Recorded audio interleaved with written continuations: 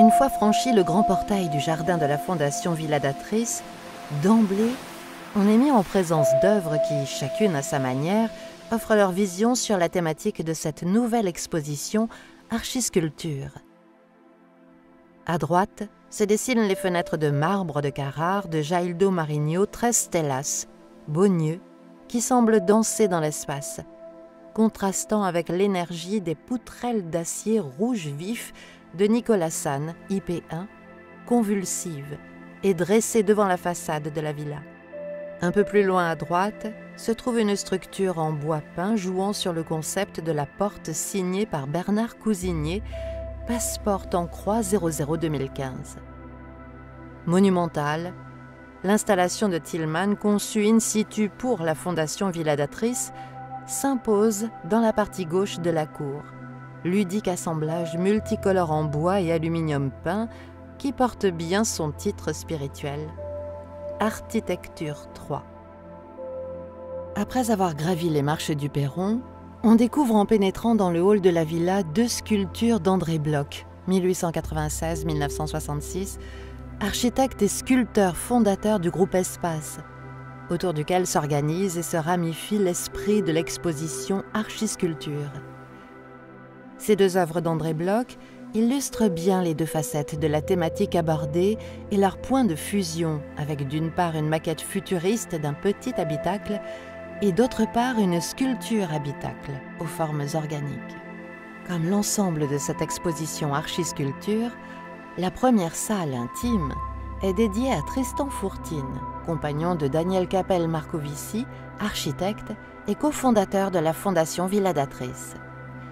Dans cette pièce, nous découvrons des maquettes de ces réalisations architecturales dans leur environnement, avec tout d'abord une résidence privée en Provence, un bâtiment abritant le siège et le centre de distribution de la société Rajapac Belgique et un ensemble de logements sociaux dans le nord de la France, réalisé avec son associé Damien Lécuyer. Prêté par le Centre Pompidou, nous pouvons découvrir également la maquette du projet du Stade de France de Jean Nouvel, avec lequel Tristan Fourtine a collaboré au sein de l'équipe participante. Dans la bibliothèque sont exposés ses instruments d'architecte, plusieurs remarquables balances faisant partie de son importante collection personnelle, des ouvrages et des périodiques dont l'architecture d'aujourd'hui, des catalogues consacrés à André Bloch et au groupe Espace, ainsi que des photographies d'architecture prises au cours de ses divers voyages.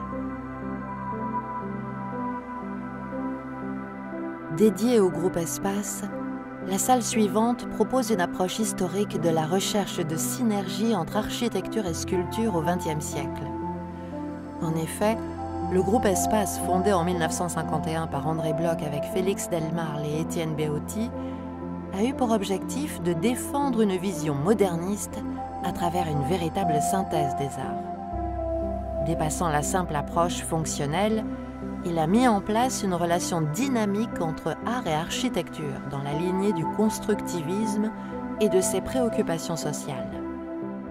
Chef de file du groupe Espace, André Bloch a été un créateur visionnaire aux talents multiples, peintre, sculpteur, ingénieur, architecte et éditeur de revues, dont l'Architecture d'aujourd'hui, fondée en 1930, et Art d'aujourd'hui, en 1949.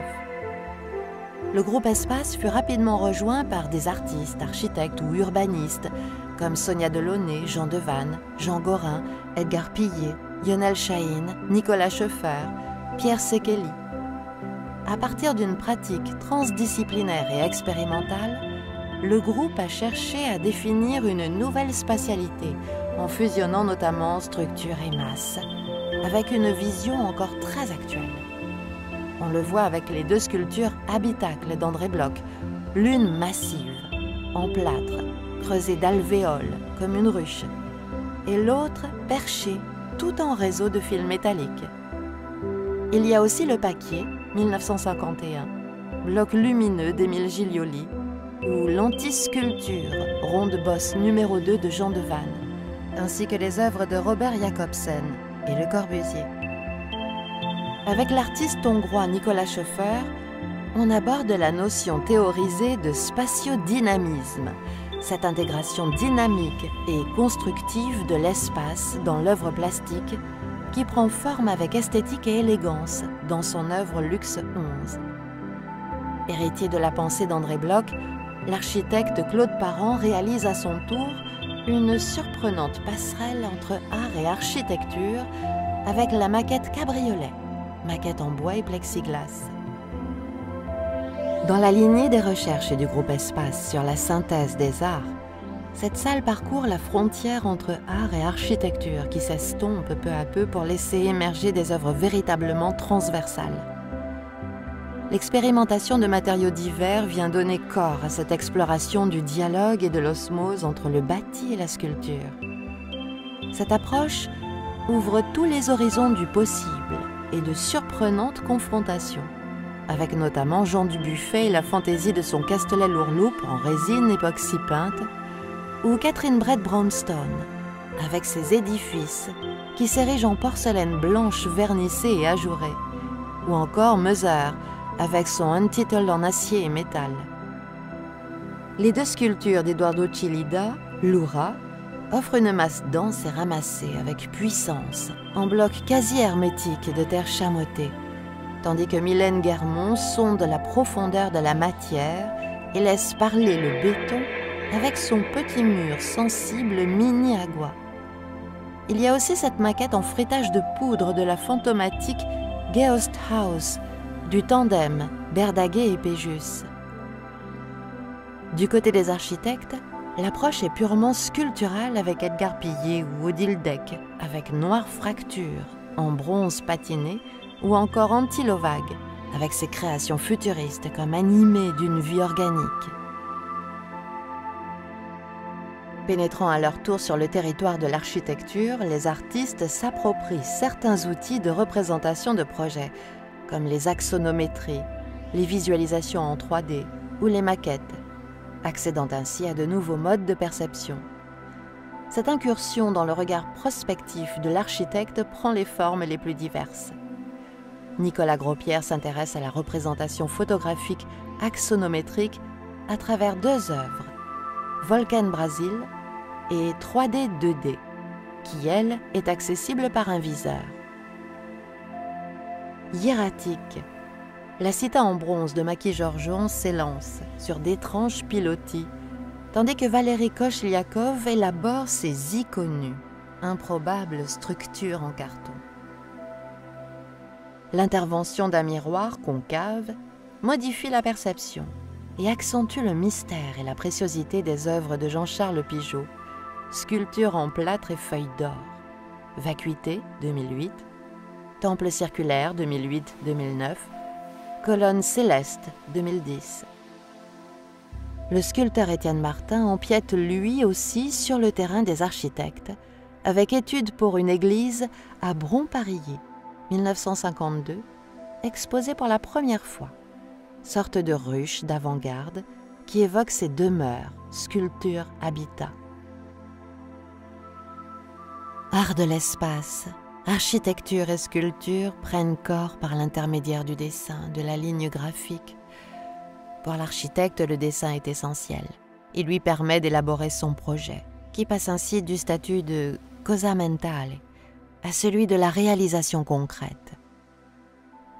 La pensée et le concept s'incarnent, s'ancrent dans le réel. L'architecte voit son dessin prendre forme dans l'espace. L'artiste, lui aussi, voit le dessin émerger du papier pour prendre forme dans l'espace. La sculpture peut s'animer sous forme de lignes graphiques tracées dans l'air ou surgir du sol, comme un reptile en bronze poli, à l'image de l'espiègle le zigzag en bronze de Laurent Baude, ondulant comme le monstre du Loch Ness. Avec Sol Lewitt et son cube 3 par 3 par 3 en acier peint, signé, daté, s'opère une véritable mise en perspective tridimensionnelle dans l'espace. Comme l'œuvre de Norman à Filippo Brunelleschi, la sculpture lumineuse de Françoise Chahin, The Art of Looking, est une mise en scène de la perception visuelle de la perspective selon les principes découverts à la Renaissance. Dans d'autres œuvres lumineuses, Le halo d'un néon blanc crée une distanciation entre réel et virtuel chez François Morellet, 2+4 angle droit numéro 3, ou chez Pierre Malfette, avec une fenêtre. Tandis que Miguel Chevalier immerge le spectateur dans l'univers numérique de ces métacités. En contrepoint, sont présentées des maquettes d'architectes avec Bernard Tchoumi, Folie Buvette du Triangle, Parc de la Villette, ou Danny Caravane, dont on retrouve les lignes exigeantes et épurées dans un projet, et la vidéo maquette de l'axe majeur, rencontre entre l'espace et le temps. Enfin, l'installation d'Amy Youth propose un environnement linéaire, à la fois clinique et cérébral, rehaussé par la blancheur des néons. Le mythe de la tour sans fin n'a cessé de fasciner l'humanité. Avec ses gratte-ciel des temps modernes, l'architecture est partie en quête de l'infini et de l'éternité. Et à leur tour, les artistes ont trouvé leur inspiration dans New York et ses vertiges, les lumières de la ville et la magie de ses reflets. Betty Buie en procure une captivante vision avec les buildings suspendus par des filins d'acier de sa ville invisible en verre sablé peint.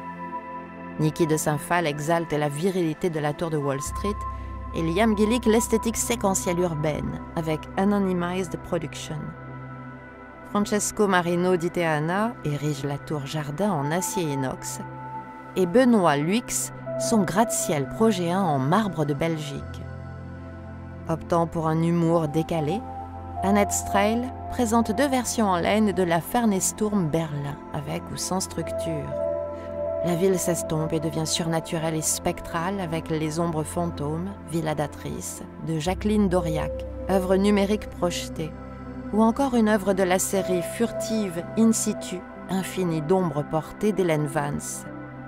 Annabelle Soriano aborde la notion de perception avec ses œuvres Cité 7 et Architect Stone, des espaces réels ou imaginaires qui provoquent des sensations de vertige, de perte d'orientation, de pesanteur ou d'équilibre. Avec les pliages et dépliages à l'infini, l'œuvre fragile et captivante de Sarah C. Notepad laisse surgir et s'ériger des projets éphémères. La fantaisie intervient aussi dans ces architectures sans fin, avec le cycle ininterrompu du mur mobile rouge, Uzuyuki Chantier 3, imposante installation de Manuel Merida, ou l'inattendu Bloom Games d'Alissa Andrasek et José Sanchez, en matériaux plastiques rose fuchsia aux dimensions aléatoires. Larissa Sansour évoque une tour politique, symbolique, avec Nation Estate. Dan Graham signe l'absolue perfection d'une maquette d'architecture pavillon porte de Versailles, élaborée en miroir et aluminium, devenue sculpture à part entière. Parvin Curie présente un escalier s'ouvrant sur une porte lumineuse, et Anne-Véronica Janssen invite le spectateur à découvrir à chaque déplacement les différents reflets de la lumière sur les fragments du verre de son œuvre Magic Mirror Green. Le sculpteur exerce toute la liberté de sa main pour façonner. Il plie et déforme. Pour l'architecte, cela n'a été rendu possible qu'avec le développement des logiciels de DA ou dessin assisté par ordinateur et de conception tridimensionnelle, comme CATIA. S'il devient parfois difficile de suivre les formes de plus en plus folles des architectes contemporains, certains cultivent une dimension poétique, comme Jean-Yves Barrier avec ses 5 petites maquettes de la série des nomades de couleurs vives, où la dimension purement artistique prédomine. Alexis Ayer crée ses œuvres pour des espaces particuliers. Sculpture portée numéro 2, s'intègre à son environnement et se révèle. Dans son travail de sculpture, avec l'épure idéale de 1352, Chantal Atelain rejoint l'esprit du groupe Espace et la recherche de spatialité, point de convergence, art et architecture. Les artistes s'appliquent pour la plupart à contempler la beauté et la simplicité des formes qui se plient et s'emboîtent, comme Sarah Oppenheimer avec S1013-1, pièce en aluminium anodisé et vert, Regina Falkenberg et sa sculpture 21 en aluminium, ou Nathalie Elemento avec ses boîtes conceptuelles.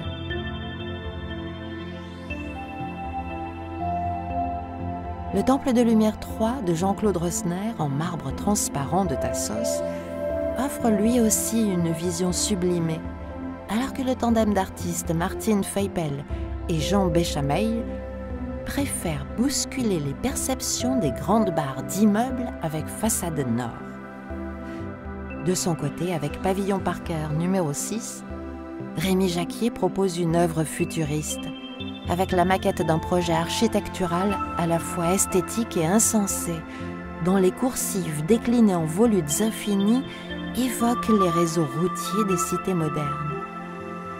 En point d'orgue, la boucle est bouclée avec le duo Ralph Bernabei et Carlos Abrecht. L'un est architecte, l'autre artiste. Et leur assemblage, AB1, une énigmatique maquette en inox, verre, métal et bois, tel un ovni.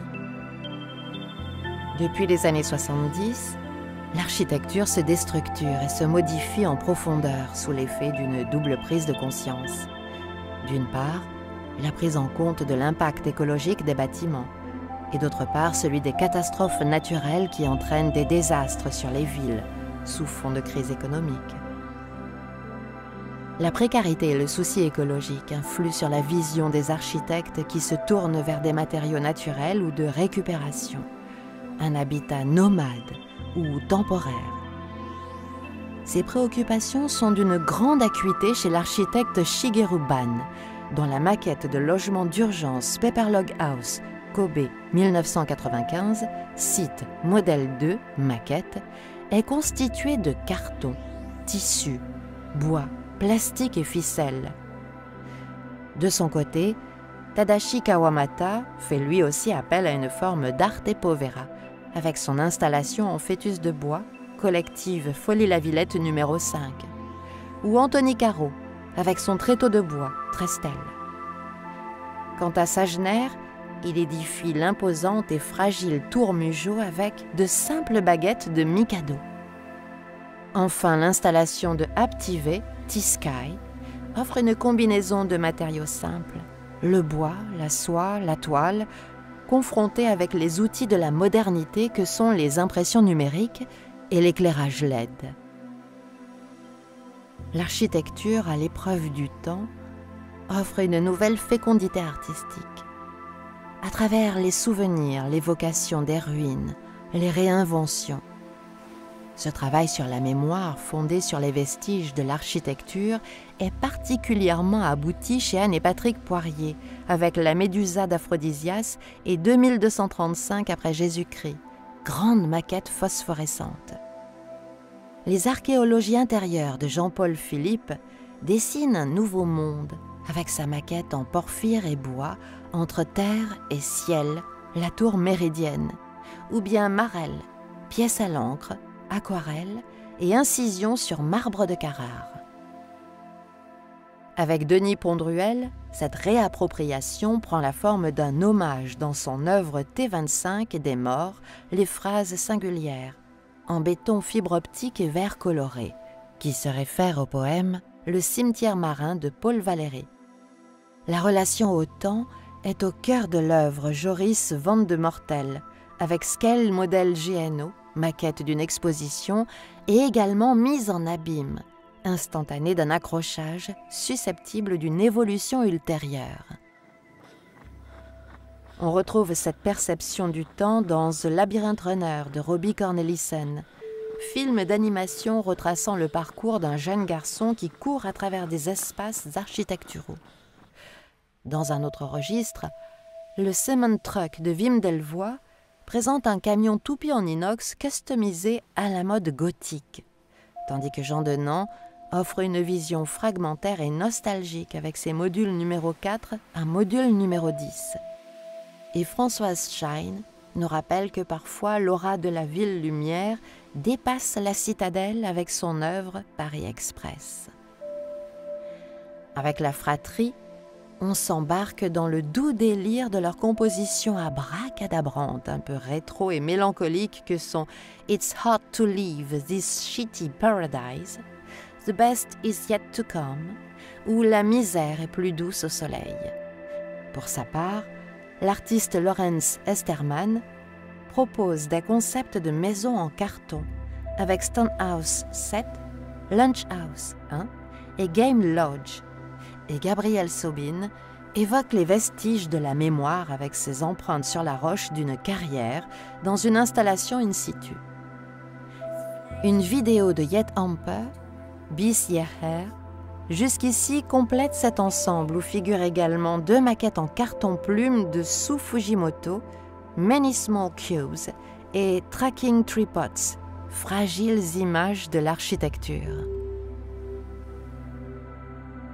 En ressortant dans le jardin côté sud vers la Sorgue, s'impose juste à gauche la statue de Jean Nouvel, architecte incontournable de notre temps, réalisée en aluminium peint par l'artiste contemporain Xavier Veillant. À droite, toujours le long de la façade, s'élance avec puissance l'énigmatique sculpture en acier Corten de Norman Dilworth, 4x2, 1/2, 2008-2010 entre édifice et totem.